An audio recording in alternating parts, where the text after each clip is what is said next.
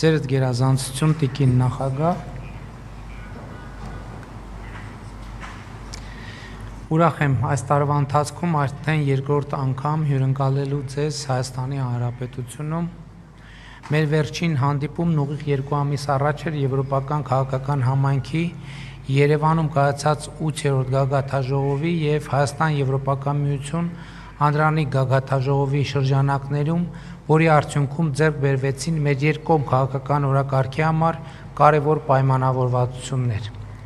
Մեր գործընկերության հիմքում ունենալով համապարփակ եւ ընդլայնված գործընկերության համաձայնագիրը եւ Հայաստան-Եվրոպական միություն գործընկերության ռազմավարական օրակարգ փաստաթուղթը,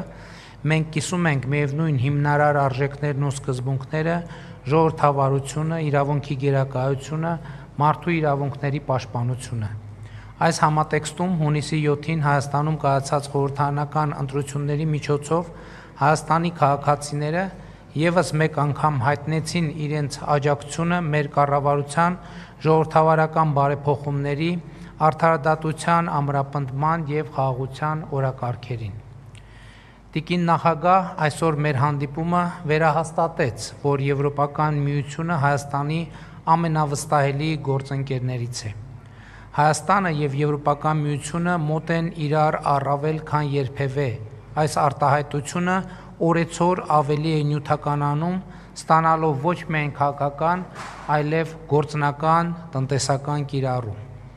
Ուրախ եմ արձանագրելու, որ քննարկեցինք Հայաստանի առջև ծառացած տնտեսական բազմազանեցման եւ այդ առնչությամբ Եվրոպական միության աջակցության տարբեր մեխանիզմների գործարկման ուղղությամբ համատեղ աշխատանքը։ Մասնավորապես ցանկանում եմ շնորհակալություն հայտնել Եվրամիության կողմից տրամադրված 52 միլիոն եվրոյի չափով բյուջետային աջակցության համար, լիահույս լինելով, որ առևտրի դիվերսիֆիկացման եւ արտահանումների խթանման ուղղությամբ Եվրամիության աջակցությունը կլինի շարունակական։ Շնորհակալություն եմ ցանկանում հայտնել նաեւ Եվրոպական հանձնաժողովի կողմից Եվրամիության անդամ երկրներին հայկական ապրանքների նկատմամբ ինքնավար առևտրային միջոցներ կիրառելու մասին նախագիծ ներկայացնելու համար, արդեն մեր հանդիպման ժամանակ տիկին նախագահ այդ մասին հայտնեց, համոզված եմ նաև իր խոսքում այդ մասին կխոսի, այս որոշումն ամբողջությամբ ուժի մեջ մտնելու պահից Հայաստանը կդառնա Եվրամիության անդամության տեխնատուի կարգավիճակ կամ Եվրամիության հետ ազատ առևտրի համաձայնագիր չունեցող առաջին երկիրը, որի նկատմամբ վերջին շրջանում Եվրոպական միությունը կկիրառի այս գործիքը։ Լիահույս եմ, որ ԵՄ եւ ԵՄ անդամ պետությունների մյուս կառույցների գործընկերների հետ ակտիվ աշխատանքի միջոցով կկարողանանք կարճ ժամկետներում ավարտել որոշման ընդունման գործընթացը, հույս ունենք նաև, որ այն հնարավոր կլինի ընդունել հնարավորինս սեղմ ժամկետներում հաշվի առնելով, որ բերքահավաքի շրջանը Հայաստանում արդեն իսկ մեկնարկել է։ Հարգելի գործընկերներ, վերջին ամիսների ընթացքում մեզ հաջողվել է առաջընթաց արձանագրել Հայաստան-Եվրոպական միություն գործընկերության օրակարգի մեկ այլ կարևորագույն ուղղություններից մեկում կապակցվածության ոլորտում։ Դրա վառ ապացույցը Հայաստան-Եվրոպական միության գագաթնաժողովի շրջանակներում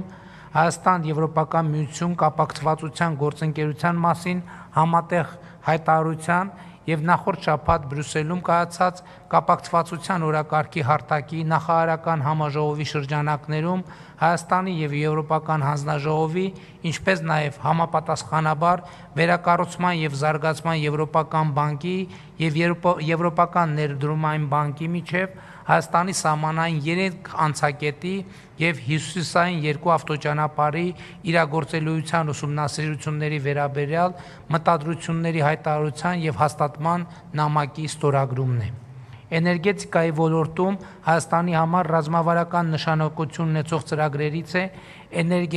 էներգիայի կուտակման կայանների կառուցումը, որը նաև հնարավորություն կընձեռնի արդյունավետորեն կուտակել Հայաստանի վերականգնվող էներգետիկ ռեսուրսներից ստացվող էներգիան։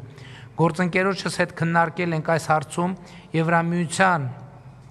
աջակցության հաստատման եւ հատկացման հարցը։ Խաղաղության խաչմերուկ հայեցակարգի կյանքի կոչման տարածաշրջանային հաղորդակցության ուղիների ներառական ապաշրջափակման համատեքստում տրանսպորտային կապակցվածության խթանմանը զուգահեռ կարևորում եմ նաև էներգետիկ կապակցվածության ընդլայնումը, այդ թվում հարևան Թուրքիայի և Ադրբեջանի հետ էլեկտրահաղորդման գծերի և կապակցիչների կառուցումը, ինչը կարող է նպաստել ինչպես էներգետիկ անվտանգությանը, այնպես էլ կանաչ անցմանը։ Հայաստանը շահագրգռված է Եվրոպական միության հետ առավել սերտ համագործակցել նաև թվային, մասնավորապես արհեստական բանականության, բարձր տեխնոլոգիաների և նորարարության ոլորտներում, միաժամանակ ձևավորելով այնպիսի միջավայր, որը կնպաստի Եվրոպական միության մասնավոր ներդրումների աճին։ Այս առնչությամբ կարևորում եմ նաև Հայաստանի մասնակցությունը Սևծովյան ստորջրյա էլեկտրաէներգետիկ և թվային մալուխի ծրագրերին։ Մեծարգո տիկին նախագահ, սիրելի Ուրսուլա, թույլ տվեք ևս մեկ անգամ ձեզ հայտնել երախտագիտությունս սերտ գործընկերության և Հայաստանի ժողովրդավարական ինստիտուտների և տնտեսական դիմակայունության ամրապնդման ուղղությամբ ցուցաբերվող շարունակական աջակցության համար, ի բարօրություն մեր ժողովուրդների և ի նպաստ Հայաստանի Հանրապետություն Եվրոպական միություն գործընկերության հետագա խորացման։ Շնորհակալ եմ։